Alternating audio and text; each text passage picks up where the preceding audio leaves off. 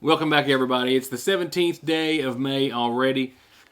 I always, on Fridays, open the program by how happy I am to open the program by saying it's Friday. And more often than not, it seems like I want to start off Mondays by saying Good Friday to you because there's just no way the weekend is indeed gone already. But indeed, it is. On that note, are you among those literally working yourself to death? Well, you might be interested to hear.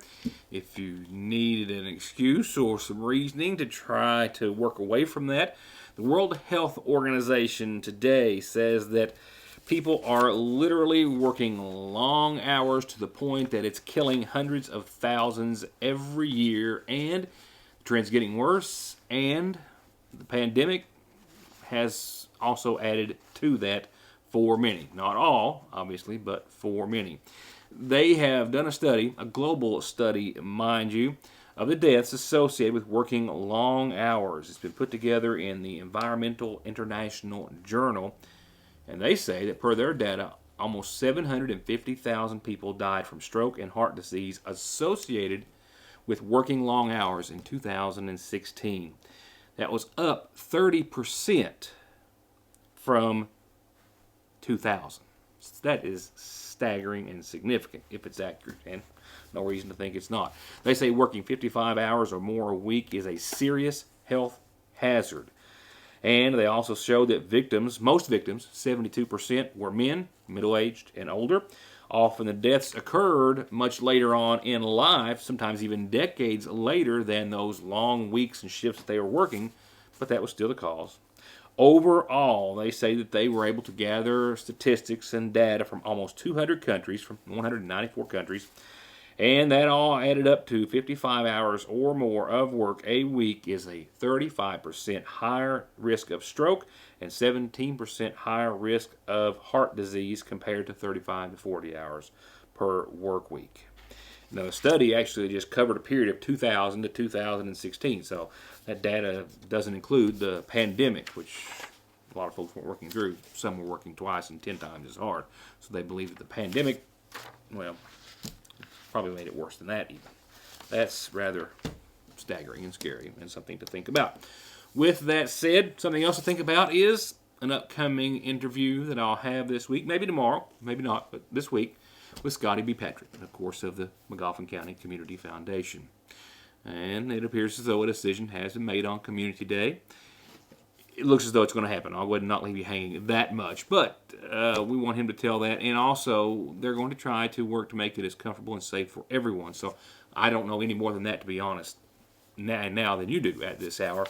But we'll be hearing from Scotty and the plans for Community Day this week. As right now, I want to say it looks as though it's going to happen. That's probably a safe bet. Probably shouldn't go any further than that because I'm yet to talk to him directly, but according to Donna Salyer at Salyersville National Bank, that is what we're hoping for right now. I will talk to him more in the coming days as well. We'll have a complete write-up in this week's edition of the Salyersville Independent. For tonight's news, I'll be right back. Appalachian Wireless is proud to offer the Emergency Broadband Benefit Discount. This federal program can reduce the cost of our 25 gig unlimited plan by up to $50 a month. If someone in your household qualifies for certain government benefit programs or experienced substantial loss in income in the last year, you may be eligible. Only one discount per household, and it's only available until allotted funds run out. For more details, go to AppalachianWireless.com/EBB. We are you. We are Appalachian Wireless. Unlimited data speeds will be slowed to 512 kilobytes after 25 gig per line. Spring is always the time for new beginnings and redecorating, or at least adding a few new favorite pieces to your home decor. And the Seasonal Shop has just finished resetting their entire home decor section with all new merchandise. It's all there. Classic favorites, new trends, and the unusual pieces that can set your decor apart from everyone else. Farmhouse, timeless blue and white pottery, natural woods, beaded accents, bohemian, bees, lemons, copper, white pottery, and equestrian, it's all there. And it's all there with local delivery, layaway, and curbside pickup. It's the only place like it. The Seasonal Shop in downtown Salyersville. Speedy's in Salyersville invites you to come by and get the very best prices on everything from Coke and Pepsi products. 2 15-packs, just $8.88. L81 by the 6-pack, $3.29, or get a full case, $12.50. $6 for 2 gallons of milk, mix or match. And they absolutely guarantee they have the cheapest tobacco around. The best prices on cigarettes by the carton and snuff by the roll, and the more you buy, the more you save. At Speedy's in Sagersville, the very best place to feed your appetite and fill your tank. Guaranteed. In recognition and honor of all of your achievements, especially your extraordinary senior year, Sagersville National Bank wants to salute the class of 2021 and assure you that wherever your next horizon leads you, we're here to help you save for your dreams with student, business, personal checking, and more. Congratulations to the graduating class of 2021 from Sagersville National Bank. Go with All Pro and you'll always get a perfectly finished project backed by decades of experience and thousands of satisfied customers. Always with the best prices on everything from small to large remodels, bathrooms to kitchens to entire homes, or turnkey new construction on everything from garages, homes to retail space. And seamless gutters too. And All Pro still offers 0% financing for up to 18 months and long-term low interest rates on those big projects. For an estimate, call this family-owned business today. Well, it was prom here in McGoffin County and a lot of other places over the course of the weekend. It's the end of the school year everywhere and a lot of big events. And for some families, the end of the school year has turned tragic. A juvenile actually was killed in a car crash involving a school bus in Montgomery County Friday, about the same time I was doing the show. Shortly before that, we do not know the age of the lady, the young lady, but she was under 18. Emily Collins, as she was identified, and her car collided with a school bus around 5 or 5:30 or so in Montgomery County, and she was killed. And in Fleming County, there was an automobile accident Saturday, I believe it was. A couple of brothers, ball players, had headed home after their game, and had a serious crash involving their vehicle and a tree. Both had to be airlifted. One has been released. One still in the hospital, but is faring better than what was originally said. So we wish all of his family and the injured brother a speedy recovery and hope that things get better there. Here locally, no accidents to report or anything emergency calls making headlines tonight, but several arrests taking place. One involving a McGoffin County man arrested for endangering the welfare of a minor, as were 9 other people at a party at a McGoffin County residence. I'll get to that in just a few seconds. About 88% of children are set to receive benefits here coming up pretty soon from the Treasury Department, all part of that $1.7 trillion, $1.9 trillion coronavirus relief package that President Joe Biden has initiated. About 88% of the kids across the United States getting those benefits without their parents needing to take out any additional action or any paperwork or anything of that nature. The Treasury Department reporting today that 39 million American families will start to get those monthly payments starting on July the 15th. That's $300 per month if your child is 6 or under, $250 a month for those between 6 and 17. Now, this also is based on your 2019 and 2020 tax returns, so that is the age of your child that it will pertain to. 88% of kids across the United States eligible. Several arrests making headlines this evening. We'll begin with that of a McGoffin County man now in jail after an outstanding indictment warrant. After local authorities, Kentucky State Police Trooper Tracy Salyer received a tip that he may have been at his residence on Route 40 just outside of Sagersville, where he was found.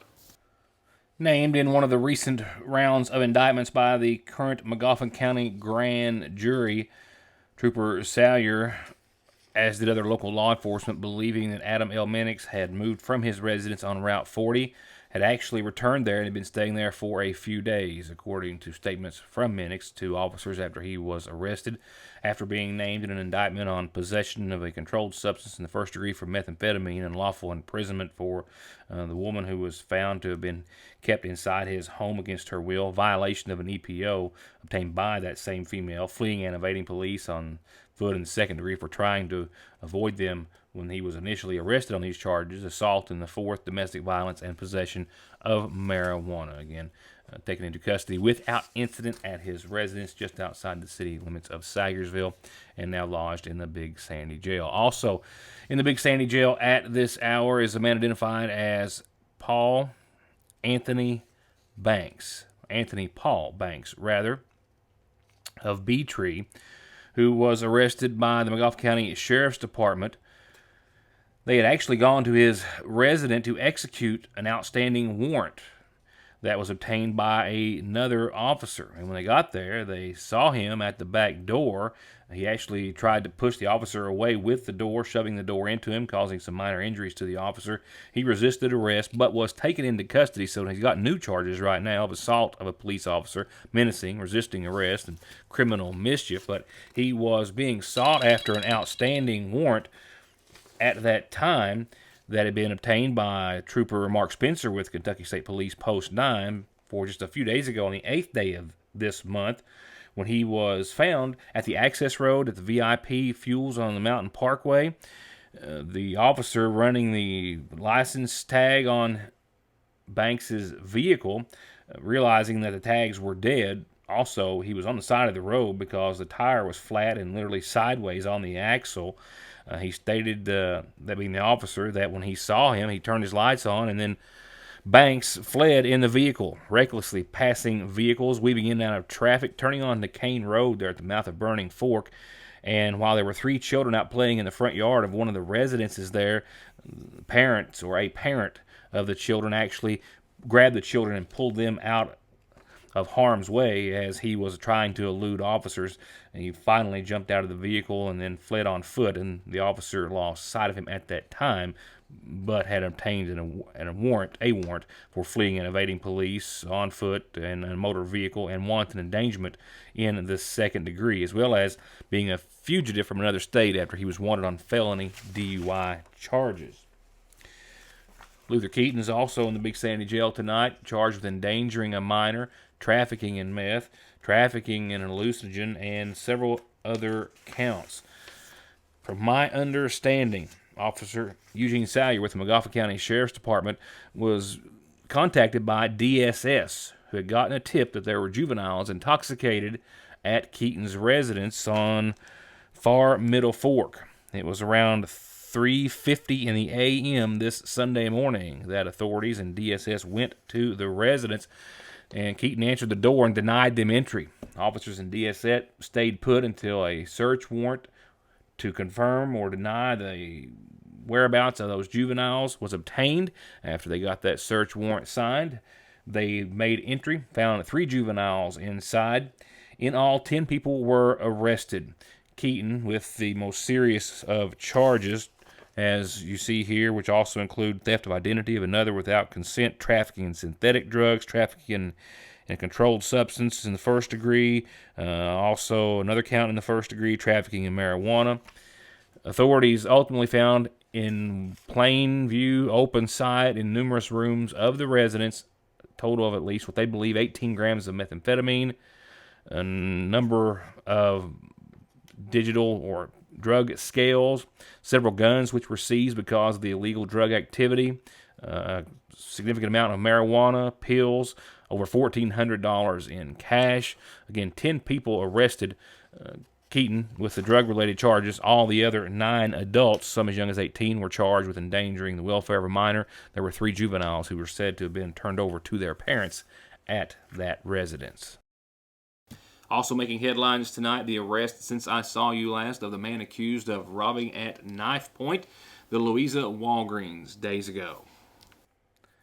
33-year-old Jeremy Ray Burris, the man who was wearing nothing more than a pair of white shorts, no shoes, no shirt, nothing else, a pair of white shorts, who defecated himself before he got out of the building at the Walgreens in Louisa after robbing the place with a knife, demanding pills, a number of which he got away with, was considered armed and dangerous. He was known to have fled in that stolen SUV that authorities immediately released the picture of that I showed you. He was, days later after the incident, arrested in West Virginia.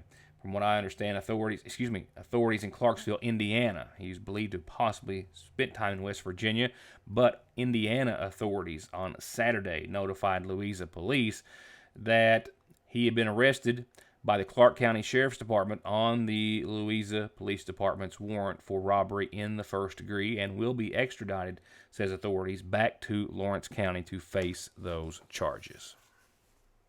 Still Still a lot of headlines and a lot of ground to cover this Monday right now. Let's see what's covered in tonight's McGoffin Farm Bureau community calendar. A little hint, starts off with this birthday. Now, I'm just now noticing I might be putting this one out a bit early. Maybe not. Sometimes they like birthdays announced the day before so everyone will know and can tell them on the day of. I know that the call came in today to wish Miss Kayla Nicole Minix a happy 38th birthday, whose birthday is tomorrow. With a lot of love from your mom, Kathy, family, friends. Happy early birthday to you, I think. Doesn't matter. Happy birthday to Kayla Nicole Minix. Happy birthday to you. From Marlene Howard over to McGoffin County Senior Citizen Center. Commodities this Thursday from 11 till 2:30. They are desperate for some volunteers. They desperately need some help.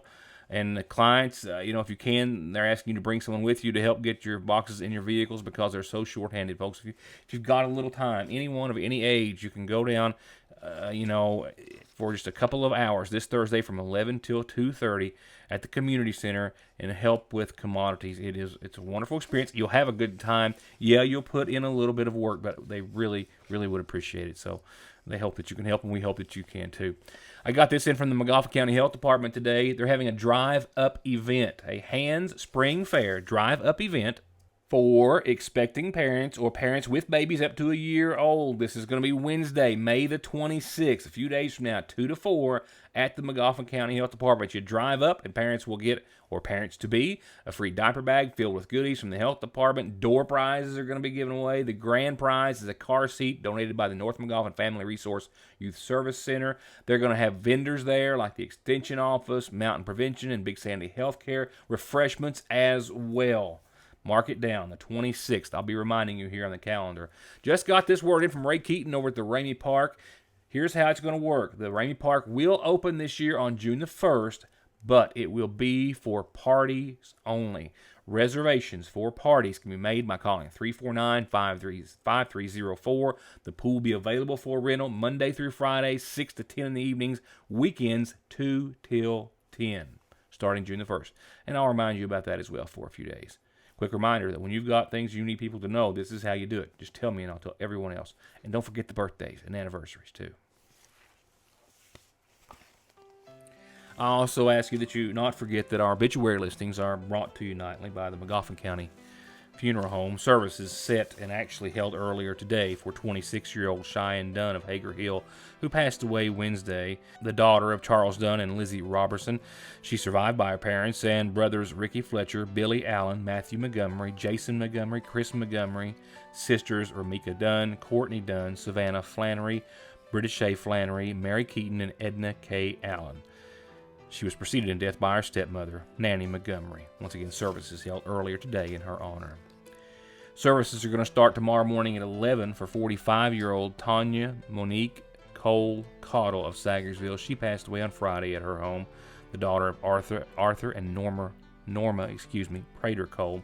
Besides her parents, Tanya is also survived by her son Gage and her companion Ricky Patton. Funeral services start tomorrow morning at 11 from the McGoffin County Funeral Home. Visitation is until 9 this evening. Arrangements are still pending at this hour for 63-year-old Dennis R. Phipps of Saggersville, who passed away today at his home, to be announced soon by the McGoffin County Funeral Home. As well, funeral services are pending for 90-year-old Patchell Salyer, who passed away. Again, those two to be announced by the McGoffin County Funeral Home. Get absolutely every mile you can out of the season with great deals right now at Conley Tire in Staffordsville. Get up to $70 back on a set of new Coopers or new Hancooks, up to $120 back on new Michelins, up to $150 on new Goodyears, where you can keep your stimulus money and drive safe with 6 months no interest. At Conley Tire in Staffordsville and at conleytire.net.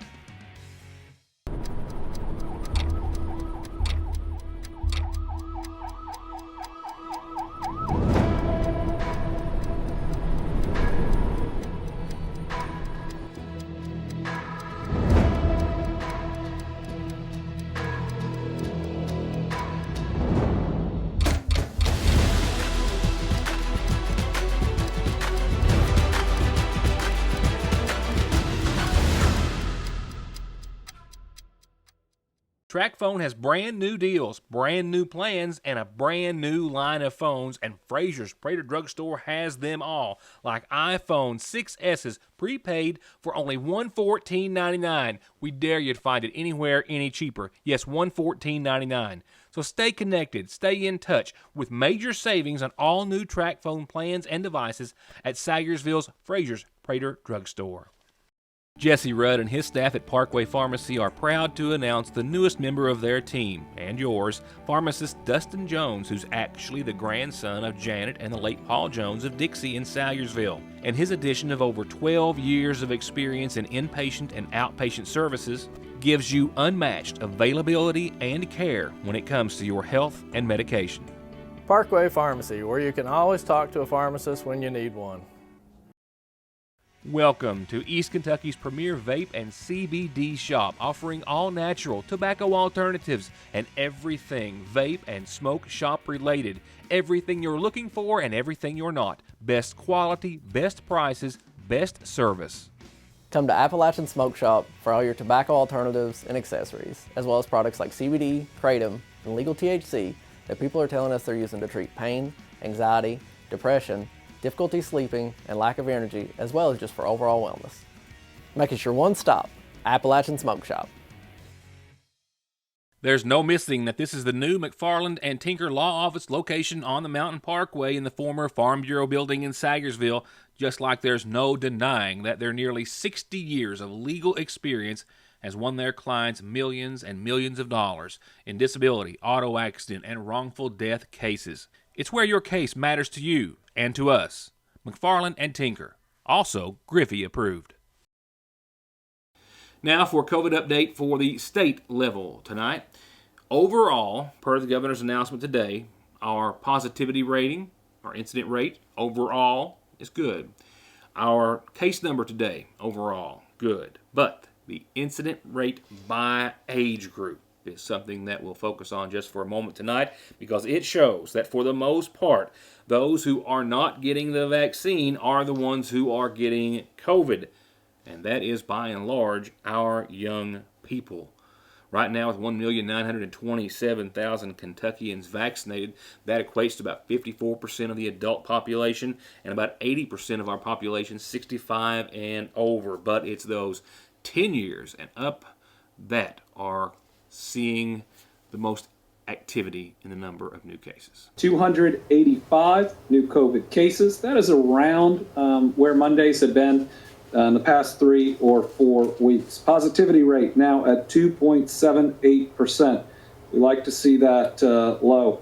Hospitalizations, ICUs, ventilators, all fairly flat. I think ventilators are up a little bit today, but sometimes that's just the way that it's reported.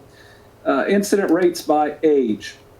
Highest incident rate for today is 10 to 19-year-olds. Very close to that is 20 to 49-year-olds.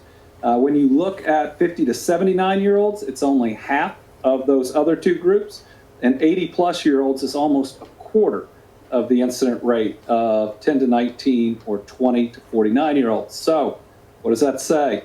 It says if you are between 12 when you qualify, 49, not enough people are getting their vaccines. Please get out there and get it, because people in your age group are getting the virus at a higher rate than other age groups.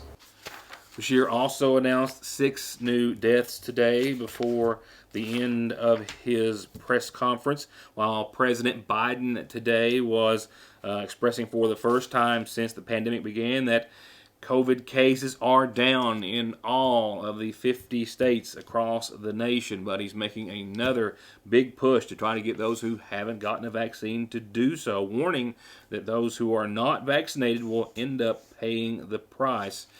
The president noting today that COVID deaths are down 81%, down by 81%, their lowest level since April of last year. But he says he can't promise it will continue this way, but if the unvaccinated get vaccinated, they'll protect themselves and other unvaccinated people around them. Ultimately, he says those who are not vaccinated will end up paying the price. As he also repeated that his target date, his time frame, that he is hopeful that Americans to the tune of 70% will be vaccinated, at least with one shot. They're still hoping to see that happen by the 4th of July. Also, the president says that numbers to be released tomorrow indicate that 60% of Americans will have received at least one shot. While this is the percentage rate per state data of McGoffin and Johnson countyans who have gotten vaccinated. I'll have a McGoffin County COVID update later on in the week. A quick look at yesterday's incident rate map, as today's was not readily available as of airtime, shows that McGoffin County was still very low in the yellow, 4.7. Morgan and Johnson, 16 and 10 respectively. A little zoom in there shows Floyd, also 3.6. Knott County down to a 1, very much in the green. All good numbers, and in fact, those three counties of Webster and Adair and Rockcastle were the only ones in the red or critical zone. All positive trends and numbers. While we have focused via the governor and the president and other data on the percentage of those vaccinated, looking at state data for Johnson County with a total population of 22,843. They have 6,924 vaccinated to date, according to state data. That equates to 30.31%. And that is pretty much an average number for all of the surrounding county area. McGoffin County, a little bit higher at 31.62%, 4,005 out of the 12,666 residents. All the neighboring counties as well in their 30s. Most all of the Kentucky counties, as I took a look around, were in their 30 percentile range, some in the 20s. The higher ones, definitely Central Kentucky. Definitely Fayette County, a few neighboring counties, Jefferson not so much, but around the Lexington area in Central Kentucky, some counties in their low to upper 50 percentile range, and that's helping lift the state numbers. From there, it looks as though the last order of business will be your Licking Valley RACC outlook, and I don't know what I was thinking, why I didn't lead with this. I don't know. We've been yearning for them forever. The 80s are set to arrive. Indeed they are. I mean, not tomorrow, but very possibly by Wednesday. Cloudy skies tonight. We've seen a few sprinkles out there today, and really the chance of showers and thunderstorms will stick around 40% up until about 11 o'clock or so. Nothing heavy, nothing really happening other than that right now. Mostly we'll see cloudy skies tonight and a nice mild low of 57. So, not all that bad. Nice to see nighttime lows in the mid and upper 50s for a change. And we're going to see that continue to roll right on. Tomorrow, rolling in on your Tuesday, we'll see mostly cloudy skies, shower chances hovering at about 30% as well in the afternoon. So 76, mostly cloudy, and a slight chance of some showers and thunderstorms, very similar to today. But that's the last of it for a while. We haven't seen this forecast yet this year.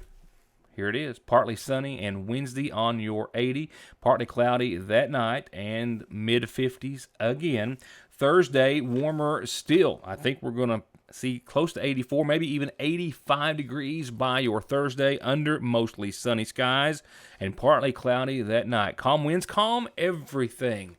The 80s and mostly sunny skies. Partly sunny Wednesday, mostly sunny Thursday, and that pattern rolls right on through your forecast. Checking out Friday, we'll see 85, mostly sunny, a few clouds, 86 Saturday, 86 Sunday, 87 Monday, and there's not a speck of rain and very few clouds in your forecast, or that will be in the sky throughout that entire run.